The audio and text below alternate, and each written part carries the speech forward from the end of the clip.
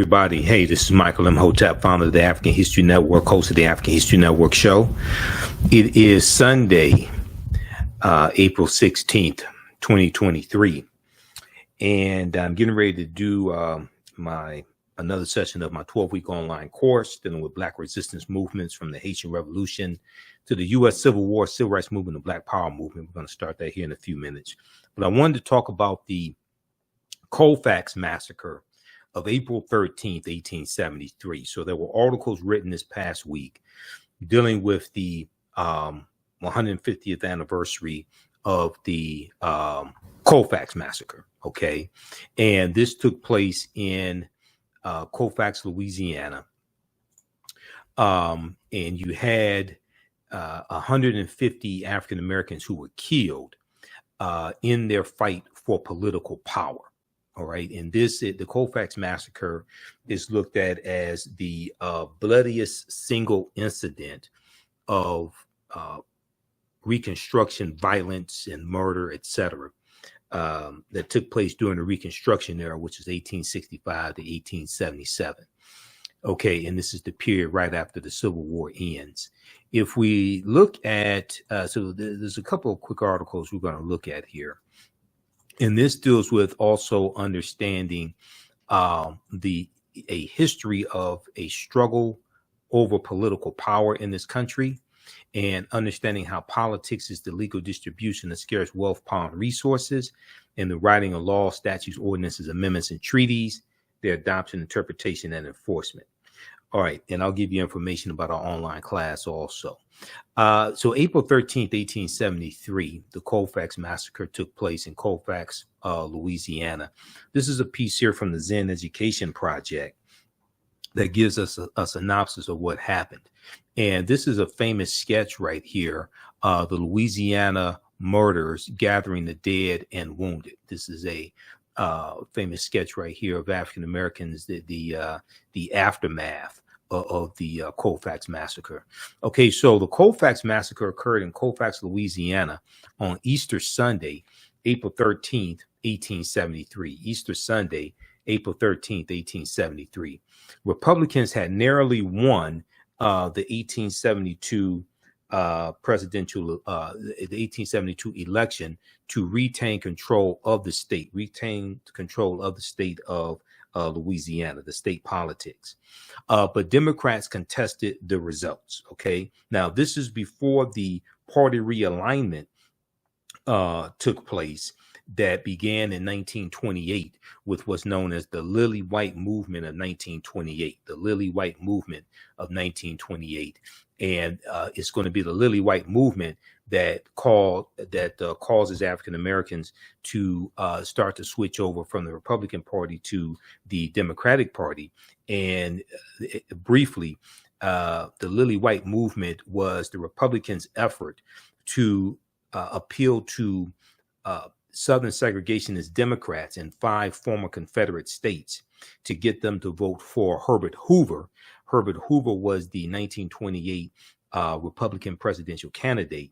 He was running against a moderate Democrat named Al Smith from New York, and they implemented a Southern strategy. The Republicans were increasingly ignoring the needs and concerns of African Americans. They were ignoring the rise of the Ku Klux Klan, and it's going to be that starting in 1928, you're going to see this political shift and African Americans slowly start going over to the Democratic Party because they were more receptive to our issues, even though there was resistance, even though many African Americans were leery of the Democratic Party and leery of President Franklin Roosevelt. When Roosevelt wins in 1932 and defeats Herbert Hoover. Herbert Hoover only served 1 term. Hoover mishandles the Great Depression, which begins with the stock market crash in October 1929, and African Americans liked President Roosevelt's wife, Eleanor Roosevelt. So we started increasingly going over to the Democratic Party. And in 1948 presidential election, Democrats had a pro-civil rights platform, Okay, and that's when Strom Thurmond, Southern segregationist Strom Thurmond, who was a senator, U.S. senator, he's going to join the Dixiecrat Party, which is a group of Southern segregationists, and he's going to run for president as a Dixiecrat and loses. Thankfully, he loses. Okay, so that's just a brief 2-minute history lesson dealing with the party realignment. Okay, and the party realignment is basically going to be completed in 1968 when Richard Nixon wins the presidency, and we know in 64 Nixon wins the presidency. Lyndon Baines Johnson does not run for re-election. Richard Nixon runs a Southern strategy as well, and he runs on the platform of law and order. Law and order means protect white people, lock up African Americans. He runs as a backlash to the Black Power movement and the Black Panther Party for self-defense. He runs as a backlash to affirmative action in 1965. He runs as a backlash to the civil rights movement and any perceived gains that African Americans were making. He runs as a backlash to the rebellions that are taking place, like after Malcolm X is assassinated, and then also as well, like after Dr. King is assassinated April 4th, 1968, the rebellions taking place in 1967 in July in Detroit and Newark, New Jersey, etc. Richard Nixon runs as a backlash to all of that, and he runs another Southern strategy. Okay, so that's just a brief synopsis of this history so we can tie all these events together. Now, when we look at the Colfax Massacre,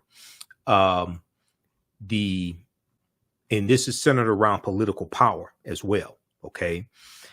Eric Foner, who's one of the top historians when it comes to the Reconstruction era, and I've read some of his quotes and articles, things of this nature.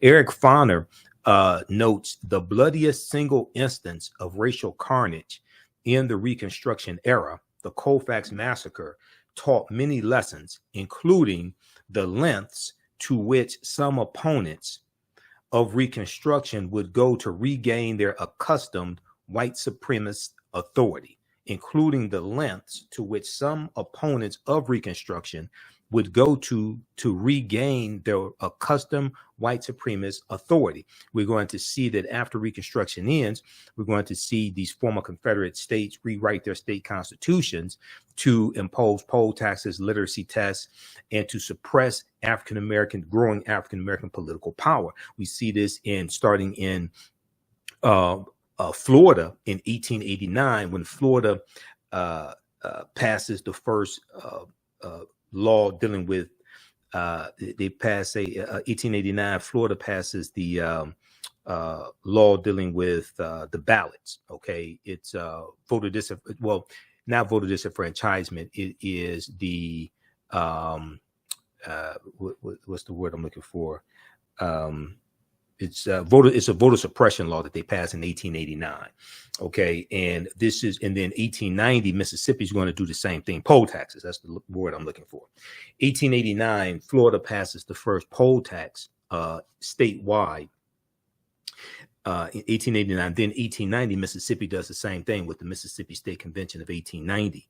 1901, Alabama's going to do it in 1901. South Carolina, 1895. You're going to have Georgia, Oklahoma, etc. These other southern states are going to do this because we were being elected into statewide political office, local political office, as well as in Congress. Okay, we're going to have 2 African-American U.S. senators. We're going to have about 16 in the House of Representatives at one time.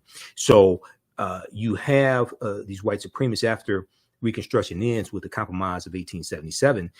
You have them taking back control of their state legislatures. We're going to see in 1879, we're going to see the Black Exodus of 1879 with 6,000 African Americans migrating from Texas and Louisiana primarily. They're migrating from those 2 states primarily, migrating out west. Okay. They're migrating to Kansas in what's known as the Black Exodus of 1879, 6,000 African Americans. Why? Because Democrats took back control of the state government in the 1878 statewide elections. All right.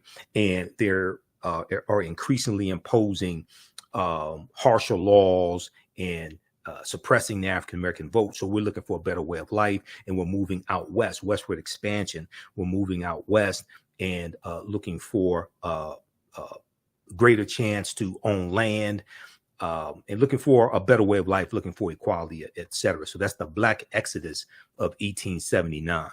Okay, now, fearful that white militias would attempt to take over local parish governments, fearful that white militias would attempt to take over local parish governments, Republican office holders occupied the Colfax courthouse. They give a description from blackpast.org, which is a really good source, and I use some of their articles in the online classes that I teach, blackpast.org. Here's what happened with the Colfax Massacre of April 13th, 1873. More than 300 armed white men, including members of the white supremacist organizations such as the Knights of the White Camellia and the Ku Klux Klan, okay, attacked this courthouse. When the militia maneuvered a cannon to fire on the courthouse, when the building maneuvered, when the militia maneuvered a cannon to fire on the courthouse, some of the 60 African-American defenders fled while others surrendered. When the leader of the attackers, named James Hadnot, okay, Hadnot, was accidentally shot by one of his own men, the white militia, the white militia responded by shooting African-American prisoners. Now, those who were wounded in the earlier battle, particularly Black militia members, were singled out for execution. The indiscriminate killing spread to African-Americans who had not been at the courthouse and continued into the night. So this is just one of the few battles during Reconstruction, or even during the Jim Crow era, which is after Reconstruction ends. This is just one of the few battles over political power. We see the Opelousas Massacre of 1868, Opelousas, Louisiana. We're going to see the Colfax Massacre, 1873, Vicksburg Massacre, 1874 in Mississippi. We see the Clinton, Mississippi riot of 1875, when the federal government failed to intervene. It was President Ulysses S. Grant who failed to intervene this time. He intervened in 1871 and declared martial law in 9 counties in South Carolina, implementing the Ku Klux Klan Act of 1871 to crack down on the Klan attacking and beating up and killing elected officials, including African-American elected officials. But as we see, as we go further into Reconstruction, these are all things that we go in depth into in the 12-week online course that I teach on Sundays. Black resistance movements from the Haitian Revolution to the U.S. Civil War, Civil Rights Movement, and Black Power Movement, 1800 to 1968. So as soon as I finish this broadcast today, we're starting another session of this class right around 3 p.m. Eastern Standard Time or so, Sunday, April 16th, 2023. I'm going to post a link here right on the thread of our broadcast. You can register for the full 12-week online course. It's on sale 54% off. It's on sale $60, regularly $130. Even after the 12-week online course is over with, you have full access. You can go back and watch the entire course as much as you want to. This information is PG-13, I would say. You can also use this information with your children as well. And we see what happens to us, what leads up to the Civil War taking place, what happens to us after slavery ends, and the laws and policies put in place to put us on a trajectory to where we are today, to understand where we need to go from here. Your understanding of politics is directly related to your understanding of history, because politics shapes history, historical events shape policy. All right, now, the indiscriminate killing spread to African Americans who had not been at the courthouse and continued into the night. Now, although federal charges were brought against several white insurgents, the Supreme Court, the U.S. Supreme Court, later ruled in the United States versus Cruikshank that the 14th Amendment only applied to state actions and offered no protections against against acts by individuals. Okay, so here you have the U.S. Supreme Court ruling against African Americans and weakening the 14th Amendment to the U.S. Constitution. All right, so this is a brief synopsis of what happened with the Colfax Massacre of 1873. There were 150 African Americans who were killed in this one-day incident, and 3 white people were killed. All right, so that's from the Zen Education Project. .org. If we look quickly here at this piece from the Smithsonian Institute, smithsonianmag.com, which is another resource that I use in my classes. And in this particular class, we look at probably 80 to 100 articles that we look at over the course of 12 weeks. And we have some various book references as well. But if we look at this article from smithsonianmag.com, the official website of the Smithsonian Institute, the 1873 Colfax Massacre set back the Reconstruction Era. The 1873 Colfax Massacre set back the Reconstruction Era. And let me pull this up here. Okay. Just a second. Here we go.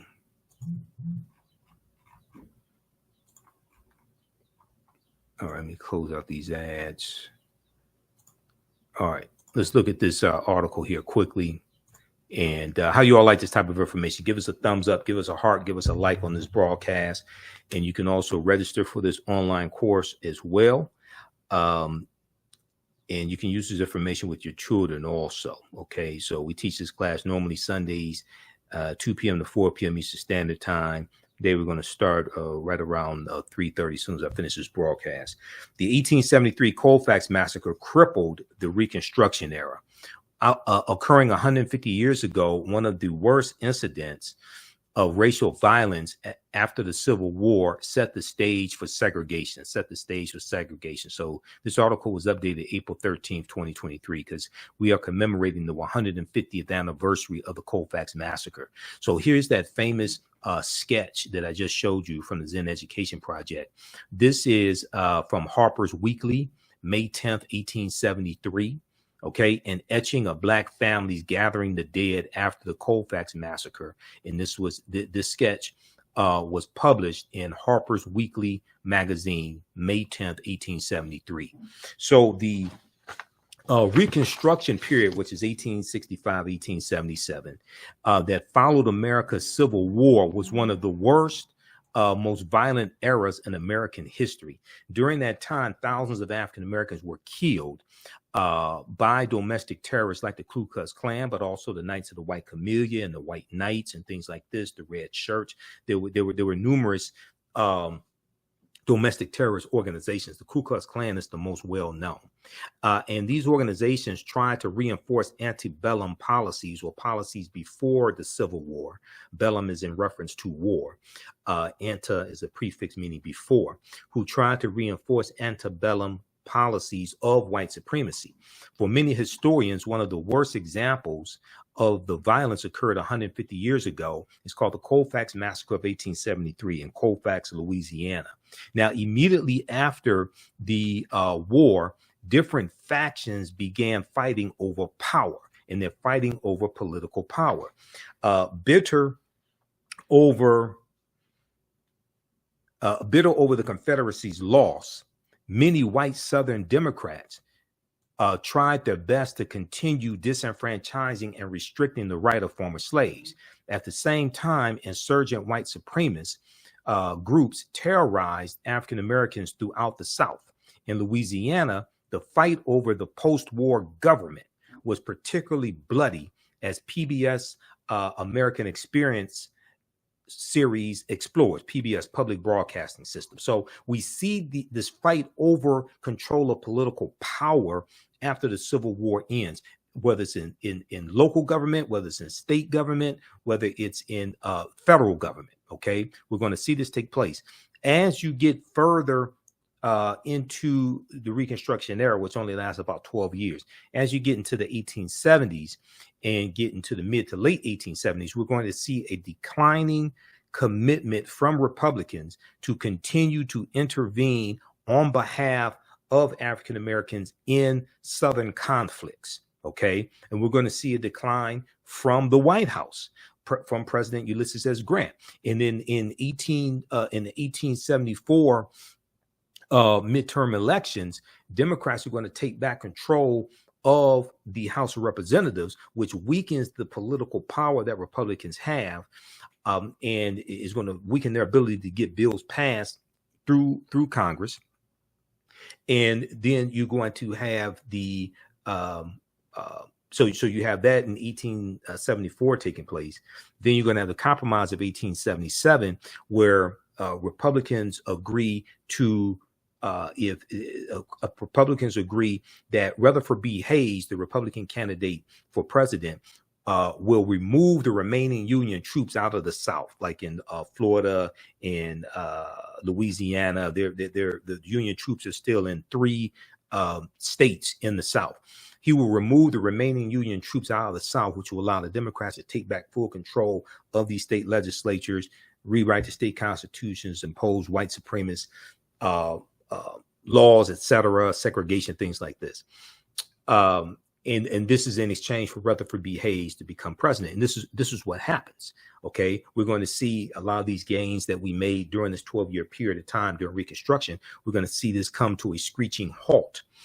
We look at Tennessee. Tennessee's in the news dealing with Representative Justin Pearson, Representative Justin Jones being expelled from the Tennessee state legislature in what I call a high-tech political lynching, which is reminiscent of lynchings that took place in Tennessee, but also Tennessee has a history of suppressing the African-American vote as well.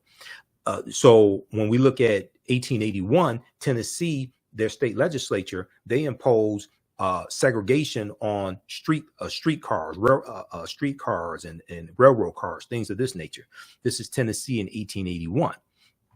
All right, now, very briefly here, simmering resentments between Southern Democrats, many of whom were former slave owners, and the Republican-dominated federal government exploded in the 1872 election for Louisiana's governor. The ballot resulted in a hotly contested split between the Republican and Democratic candidates when President Ulysses S. Grant sent federal troops to support the Republican candidate. White Southerners rebelled and formed a heavily armed insurgent army called the White League. Okay, now this is 1872. Now this is the year after the Ku Klux Klan Act of 1871 was passed by Congress. It's the third of the 4 enforcement acts, and even though the U.S. Supreme Court weakened the bill in about around 1883 or something like that, even though they weakened it, it's still on the books today. Okay, the Ku Klux Klan Act of 1871, and it gave the authority to the President of the United States to impose martial law in counties, to impose martial law, to be able to crack down on domestic terrorism when you have organizations who are interfering with elected officials conducting their official duties and inflicting violence upon them, killing them, etc., whether they are white or African American. There's a good piece from Britannica.com dealing with the enforcement acts. Okay, this was the third of the 4 enforcement acts called the Ku Klux Klan Act of 1871. All right, and if we look at this here,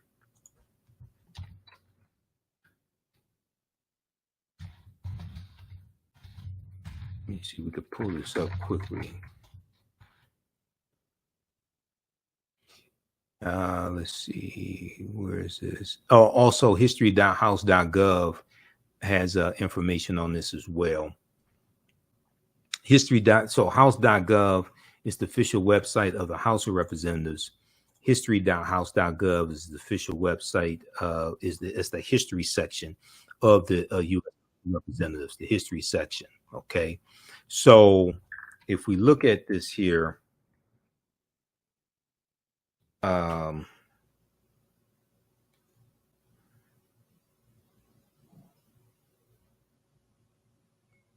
All right, just a second here.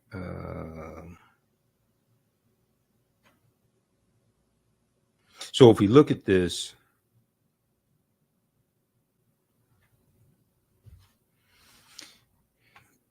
see, this is a lot of history that leads up to what's going on today that a lot of people don't know, don't understand. All right. The Ku Klux Klan Act of 1871. Check this out from history.house.gov. All right, April 20th, 1871. On this date, the House approved an act to enforce the provisions of the 14th Amendment to the U.S. Constitution and for other purposes, also known as the Ku Klux Klan Act. It was introduced as H.R. 320 on March 28th, 1871 by Representative Samuel Shalabarger of Ohio. The bill passed the House on April 6th and returned from the Senate with amendments April 14th. Okay, now the Ku Klux Klan Act was the third in a series of increasingly stringent, what are known as enforcement acts that were designed to empower the federal government to protect the civil and political rights of individuals, especially African Americans, though, because we were the main ones being attacked. The 14th Amendment, ratified in 1868, defined citizenship and guaranteed due process and equal protection of the law to all, including 4 million formerly enslaved African American men and women. Okay, vigilante groups like the Ku Klux Klan, however, freely threatened African Americans and their white allies in the South and undermined the Republican Party's plan for Reconstruction. Okay, now the Ku Klux Klan Act made it a federal crime to deny any group or individual the rights, privileges, or immunities or protection named in the U.S. Constitution. Okay, to enforce the law, the president could suspend habeas corpus, which means your right to go to court, habeas corpus, deploy the U.S. military, or use other means as he may deem necessary. Opponents denounced the bill as an unconstitutional attack on state governments and individual liberty. Okay, so you're going to have in October of 1871, nearly 6 months later, okay, it's both chambers of Congress agreed to the conference report on April 20th. President Ulysses S. Grant signs the bill into law, okay? April 20th, 1871. Nearly 6 months later, in October 1871, President Ulysses S. Grant used these powers of the Ku Klux Klan Act in several South Carolina counties, demonstrating the willingness of the Republican-led federal government to take decisive action to protect the civil and political rights of the freed people during Reconstruction, the freed African Americans. Now, that commitment is going to decline as you get further into the 1870s, because as I said, the 1874 midterm election, you're going to have with the 1874 election, Democrats take back control of the House of Representatives. And then when the Clinton, Mississippi massacre takes place in 1875, President Ulysses S. Grant implements what he calls his non-intervention policy. He doesn't get involved in that one. He doesn't send in Union troops, okay? Because they were like, okay, we keep having to do this like every summer. We keep having to intervene in the South, and the political winds were changing, and there was less support to keep advocating on behalf of African Americans. So these are some of the things that lead to Reconstruction ending. So when I hear people like Candace Owens And I hear these right-wing Republicans, and I hear these social media, black social media disinformation agents attacking the Democratic Party. And I'm neither Democrat nor Republican, but I sure as hell ain't stupid. I'm a political commentator and a historian. And I can clearly see, and I study policy, I can clearly see whose policies are most beneficial for African Americans. And I can see who overwhelmingly keeps voting against our own interests. Overwhelmingly, those are Republicans, even though the problems I do have with some Democrats. Some of them need to be voted out of office. Basically, all the Republicans need to be voted out of office. If you go to congress.gov and read these bills, okay, and then if you don't read the bill, at least read a summary of the bill, you'll see exactly what I'm talking about. Okay. Also, for more evidence, you can read this document right here, because proper documentation ends all conversation. You can read this document right here. It was last updated February 27, 2023. If you watch the African History Network show, you've heard me talk about it. You watch me on Roland Martin Unfiltered. You hear me talk about it there. You watch me on Faraji Muhammad Show, The Culture, on the Black Star Media Network, Roland Martin's network as well. I deal with this on the African History Network show. Read this right here. Share this with a simple Simon ass Negro that you know, who keeps talking nonsense and doesn't do research. The Biden-Harris administration advances equity and opportunity for Black Americans and communities across the country. This is last updated February 27, 2023. This goes through, this is probably about 26, 30 pages. It goes through, and policy after policy, it breaks down how these policies from the Biden-Harris administration are helping the African-American community. Whether you talk about the American Rescue Plan, the $1.9 trillion American Rescue Plan, the $1.2 trillion infrastructure bill, whether you talk about student loan forgiveness, whether you talk about the Emmett Till anti-lynching bill, whether you talk about environmental efforts, cutting energy costs, policy after policy, all throughout. Okay. Are there still things that we want to get? Yeah, but you got a better chance getting it from Democrats than you do Republicans, because Republicans keep voting against everything that we say we want. From the George Floyd Justice and Policing Act to the John Lewis Voting Rights Act, okay, to the Domestic Terrorism Prevention Act, to the Crown Act, which deals with discrimination against African-American hairstyles. Go look across the board, go to congress.gov, look and see, and congress.gov will show you not only will it break down the bill and what it is, and you can read the actual bill there coming from the House of Representatives or the U.S. Senate. Most importantly, it shows you who voted for the bill and who voted against the bill. Okay, everybody, you got a lot of African Americans say they want reparations. Now, most of them can't tell you how to legally get it. And if you watch some of my videos dealing with reparations, we go break that down. The only people that support reparations are Democrats. No Republicans support reparations. Under the 117th Congress, no Republicans co-sponsored HR 40. You had like between 196 and 217 co-sponsors. They were all Democrats. No Republicans support reparations. So everything from the historic child tax credit to $5.8 trillion of $5.8 billion for HBCUs in 2021, all this, go read this.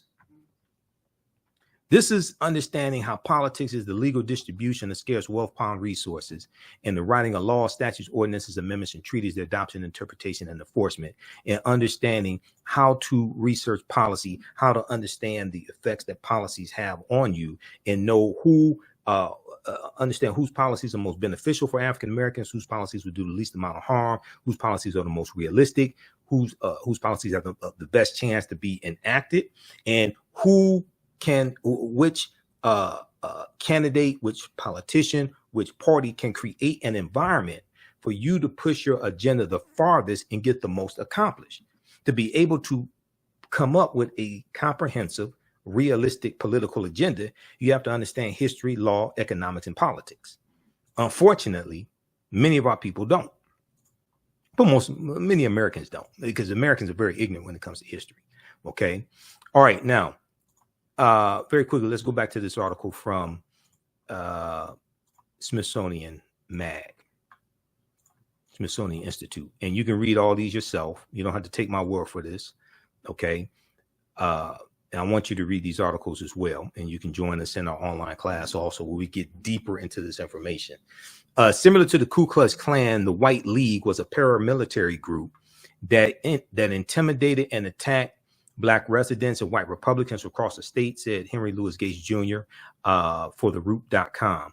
Now, out of fear that local Democrats might try to seize control of the Grant Parish regional government, which was almost evenly split between African American and white citizens, and all black militia took control of the local courthouse in 1873.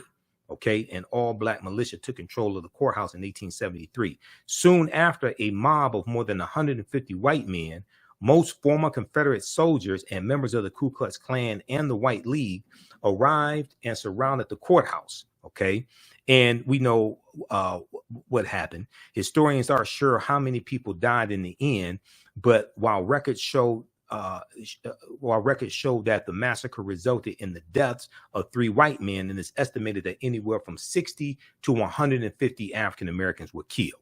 The bloodiest, Eric Foner, once again, he's quoted here. He's one of the top authorities on the Reconstruction era. Quote, the bloodiest single instance of racial carnage in the Reconstruction era. The Colfax Massacre taught many lessons, including the lengths to which some opponents of Reconstruction would go to regain their accustomed authority. We're talking about white supremacy. Now, Eric Foner wrote this in his book, Reconstruction, America's Unfinished Revolution, 1863-1877. He went on to say, quote, among blacks in Louisiana, the incident was long remembered as proof that in any large confrontation, they stood at a fatal disadvantage. Now, while the massacre made headlines across the country and 97 members of the white mob were indicted, in the end, only 9 men were charged of violating the Enforcement Acts of 1870 and 1871, sometimes known as the Ku Klux Klan Acts, which were intended to guarantee the rights of freedmen and freedwomen under the 14th and 15th Amendments. Now, at this time, the 15th Amendment did not apply to women. Okay, it just applied to African American men, guaranteeing the right to vote. Now, lawyers for the victims believed that they had a better chance of bringing the ringleaders to justice in a federal court, citing conspiracy convictions instead of charging them with murder, which would have been tried in the heavily Democratic state courts. Okay, but the plan backfired. The defendants appealed. And when the case eventually came before the U.S. Supreme Court in 1876, the U.S. Supreme Court justices overturned the lower court's convictions, ruling that the Enforcement Acts applied only to actions by the state, not by the individuals. Okay, read the rest of this article here at SmithsonianMag.com. The 1873 Colfax Massacre set back the Reconstruction. The Reconstruction era, occurring 150 years ago. It was April 13th, 1873, that the Colfax Massacre took place in Louisiana, one of the worst incidents of racial violence after the Civil War set the stage for segregation. All right. Now, very, very quickly, once again, you can register for this 12-week online course that I teach. Black resistance movements from the Haitian Revolution, U.S. Civil War, Civil Rights Movement, the Black Power movement. We're teaching the class today, April 16th. So I'm about to teach it now. As soon as I stop this broadcast here, we're about to join students in my online school. Visit our website, theafricanhistorynetwork.com, theafricanhistorynetwork.com. We have the information right on the homepage when you scroll down. This class is on sale $60, regularly $130. We do the sessions live. All the sessions are archived and recorded. You can go back and watch it anytime. A year from now, 2 years from now, you can go back and watch the entire class. And then we also have a bundle pack. You get my Saturday class, Ancient Kemet, the Moors, and the Ma'afa, Understand the Transatlantic Slave Trade, what they didn't teach you in school. And the next sessions of those are April. We just had a great class, April 15th, Saturday, April 15th. So you'll be able to watch that one in the previous classes, April 22nd, 29th, and then going into May as well. Okay, and click right here for the full course. Is on sale $60, and then the bundle pack. We scroll down. We have the bundle also. We get both classes for $100. That's a $300 value because there'll be 5 of my lectures in the video library, free in streaming format. Okay. Now, the Reconstruction era is not taught very much in schools. Okay. So people know less about the Reconstruction era than they do about the U.S. Civil War. And most Americans' knowledge about the U.S. Civil War is not that good at all either. There's a good article that I reference in the classes. This is from Time magazine, time.com. And this deals with how schools are failing to teach the history of Reconstruction. Okay. And it deals with how 45 out of 50 states, they are not teaching the history of Reconstruction properly, and most of them are really not teaching the history of it at all, or with any significance. If we look quickly here at this article from time.com, let me see here just a second, because they're trying to give me, I already have a subscription, but I don't have time to log in, because I have subscriptions to numerous. I'm on to about 35 different news sources on a daily basis. You see me on different shows. You see me on Roland Show, Faraji Muhammad Show. I do local radio here in Detroit also. I'm on 910 AM, the Superstation WFDF. You see me once in a while on the Tammy Mack Show on the Fox Soul Network. Fox 11 Los Angeles interviewed me for a piece on Pio Pico back in February 2023. Pio Pico was the last Mexican governor of California prior to the Mexican-American War of 1846, 1848. And then we know California becomes a state in the Union in 1850 because of the Compromise of 1850. This piece here from Time magazine, time.com. A new report finds that 45 states are failing to teach students about the period that shaped race relations after the Civil War. Okay, and this talks about Reconstruction. And it draws a parallel between the violence during the Reconstruction era and the violence that we saw displayed during the January 6, 2021 insurrection. Okay, and I've talked about this numerous times on shows, interviews, things like this. We can draw a direct line in history from the Reconstruction era and the political violence that we saw there to what we saw January 6, 2021, when the traitor-in-chief incited these domestic terrorists to storm the U.S. Capitol building to interrupt a constitutionally mandated bicameral, bi-chamber session to take place to certify the votes coming from the states. Okay, was basically certifying the electoral college votes. Now, in the aftermath of the insurrection a year ago, at the U.S. Capitol building, many leading historians drew parallels between the violence and the Reconstruction era, which is the period of political revolution directly after the U.S. Civil War.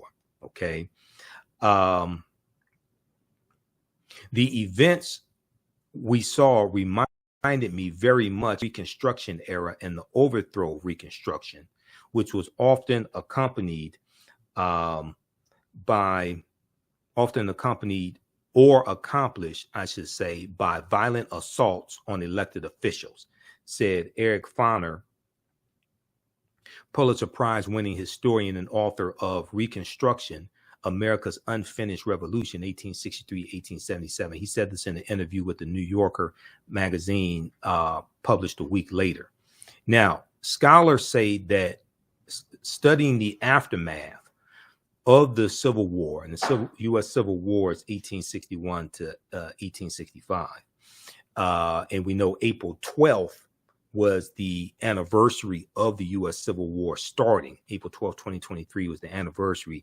It started April 12th, 1861 with the attack on Fort Sumter in South Carolina. Scholars say studying the aftermath of the Civil War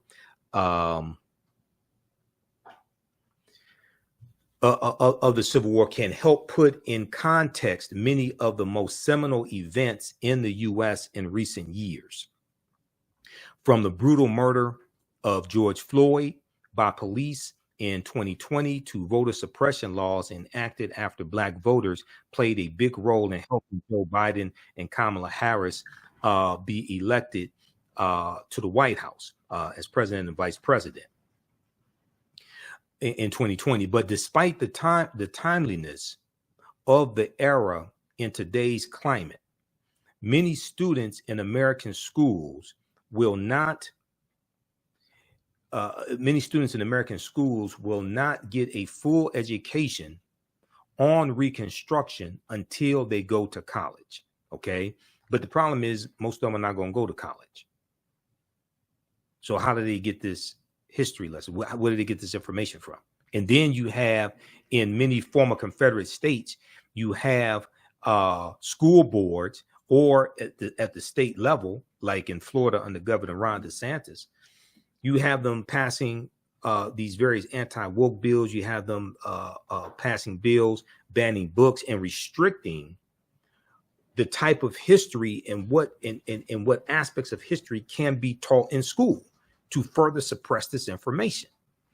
And this is how you manipulate people, by keeping them ignorant of history and politics. In social studies standards for 45 of 50 states and the District of Columbia, discussion of Reconstruction is partial or non-existent, according to historians who reviewed how the period is discussed in K through 12 social studies standards for public schools nationwide. In a report produced by the education nonprofit, the Zen Education Project, the report studies the study's authors say they are concerned that American children will grow up to be uninformed about a critical period of history that helps explain why full equality remains unfulfilled today. Okay, historians are saying that they are concerned, and the studies authors are saying that they are concerned that American children will grow up to be uninformed about a critical period of history that helps explain why full racial equality remains unfulfilled today. Okay, you could throw in there reparations as well. We're trying to get reparations. Most of these strategies for reparations ain't going to work in the first place, but we're trying to get this. And you got a down electorate, as well as many people in elected office, especially Republicans, who are ignorant of history in the first place. All right. So check this out. We hope to see you in class.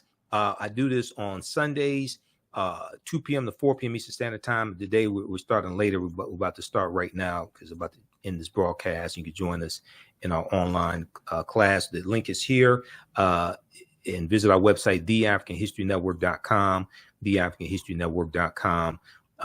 You can register for it there also. And we'll be on live tonight, 9 p.m.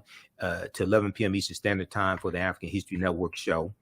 We'll broadcast on 9:10 a.m. Superstation WFDF, and then also on Facebook and YouTube. So we have some good stuff for you for our Sunday night show. Also, if you want to support the African History Network, $, the AHN show through Cash App, $, the AHN show through Cash App, then also through PayPal, paypal.me/the AHN show. This helps us keep doing the research, stay on the air, keep broadcasting, pay some of the bills, etc. We have the information right here. This is our official Cash App account, $, the AHN show, SHOW. When you go to it, it says Michael and shows my picture there. These other ones here are fake African History Network Cash App accounts. There are like 5 fake accounts I've identified that have been stealing money from us. So I'm still trying to get those shut down as well. Okay. And then when you click right here on the link, it shows our QR code there also. So this helps us keep doing the research, stay on the air, keep broadcasting, pay some of the bills, finance the research, etc. All right, look, we have to get out of here. Remember, right knowledge corrects wrong behavior. It's not over till we win. Wakanda forever. Talk to you next time, and we'll see you in class. Peace.